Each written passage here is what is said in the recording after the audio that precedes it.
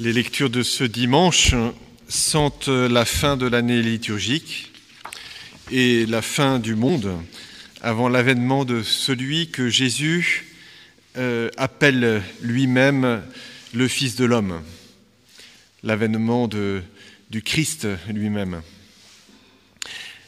Quant à ce jour et à cette heure-là, nul ne les connaît, pas même les anges dans le ciel. Il reste donc chaque année et à toutes les générations de chrétiens, à toutes les générations de saints, à se disposer à cette heure-là dans un esprit de veille. Ce n'est pas une veille qui est uniquement passive. Jésus nous indique des signes pour nourrir notre espérance et nourrir cet esprit de veille transmis de génération en génération et qui doit devenir de plus en plus incandescent au fur et à mesure que le jour approche. Le problème pour comprendre ces signes, pour s'en nourrir, c'est que ces signes ont la particularité d'être complètement contradictoires. D'un côté, dans la même lecture, nous avons entendu les signes de la fin du monde à un niveau à la fois humain et cosmique, un temps de grande détresse dont le prophète Daniel, dans la première lecture, disait qu'il s'agissait d'une détresse comme il n'y en a jamais eu depuis que les nations existent jusqu'à ce temps-ci. Détresse dans le cœur humain, donc, détresse dans le cosmos lui-même, dont les puissances sont ébranlées. Le soleil, la lune, les étoiles quittent leur cours habituel, les étoiles tombent du ciel, etc. C'est donc signe de fin du monde, signe de catastrophe, et en même temps, signe printanier qui donne l'esprit du discernement des signes de la venue du Fils de l'homme. Il s'agit là non pas d'un signe de détresse du cosmos, mais bien au contraire, un signe de la vie invaincue, comme nous nous en réjouissons à chaque printemps, de la vie qui reprend ses droits et qui prépare son triomphe. Laissez-vous instruire par la comparaison du figuier. Dès que ses branches deviennent tendres et que sortent les feuilles, vous savez que l'été est proche. De même vous aussi, lorsque vous verrez arriver cela. Sachez que le Fils de l'homme est proche à votre porte. Les paroles du président de la Conférence des évêques de France cette semaine, dans un journal, au lendemain de la conférence de Lourdes, qui avait traité du rapport de la SIAZ et de ses recommandations. Ces paroles du président de la Conférence des évêques ont eu pour moi l'effet de voir des branches du figuier qui deviennent tendres. Je vous les rapporte. Nous avons la foi et nous devons avancer sans nous inquiéter. Il y aura un mouvement d'abaissement, d'appauvrissement. Nous devrons certainement quitter des choses. Cet appauvrissement et abaissement, nous y consentons de bon cœur. Ce qui compte pour nous, c'est d'être des disciples du Christ.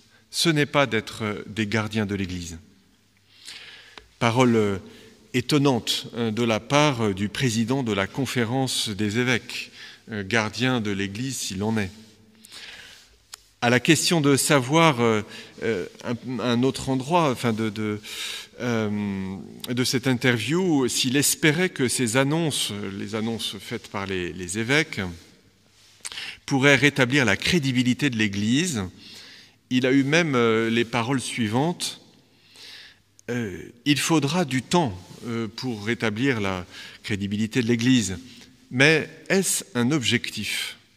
La question n'est pas celle de l'image de l'Église et de sa crédibilité. Mon seul objectif est de restaurer la possibilité pour les gens de rencontrer le Christ. L'Église en tant que telle n'est pas mon souci. Mon souci, c'est ce qui est blessé, c'est l'image que les gens peuvent avoir du Christ, parce que des ministres du Christ ont été des porteurs de mort. L'enjeu de demain, c'est que les hommes et les femmes autour de nous puissent de nouveau rencontrer le Christ. Ce qui compte n'est pas l'Église, c'est le Christ. L'Église est ramenée comme jamais à sa mission première, totalement relative au Christ qui vient, totalement relative à l'annonce du Christ. Et le sens de l'histoire est que soit manifesté que l'Église est sainte, sainte et immaculée, comme dit saint Paul. Elle n'est sainte et immaculée justement que par le Christ. Ce Christ qu'elle laisse voir, qu'elle fait voir. Lorsque vous verrez arriver cela, sachez que le Fils de l'homme est proche à votre porte. Le pape Jean-Paul II avait dit, au moment de la préparation du jubilé de l'an 2000, il avait dit que l'Église ne pouvait entrer dans le 3e millénaire qu'après avoir reconnu le poids du péché de ses fils tout au long de l'histoire. Et à cette époque, des commissions avaient traité de la question des schismes, des divisions entre chrétiens, des croisades, de l'Inquisition, de l'antijudaïsme. Mais le thème des abus sexuels et des autres abus qui préparent cela n'était pas sorti à ce moment-là. Il nous faut, au fond, terminer la célébration du jubilé de l'an 2000. C'est un peu cela que nous pouvons entendre dans l'actualité de ces derniers jours. La comparaison du figuier qui clôt le discours sur les signes est la plus importante de tout le discours eschatologique. Mais il faut le discours sur la détresse, sur les grands ébranlements, pour pouvoir les vivre sans s'en effrayer au moment où ils surviennent, mais pouvoir les vivre en guettant au contraire ces autres signes simultanés qui annoncent l'événement le plus important, la présence du Christ tout proche à la porte de notre monde. C'est ainsi dans l'espérance que se résout la contradiction des signes. Que le Seigneur qui est à notre porte soit déjà parmi nous dans cette célébration. Amen.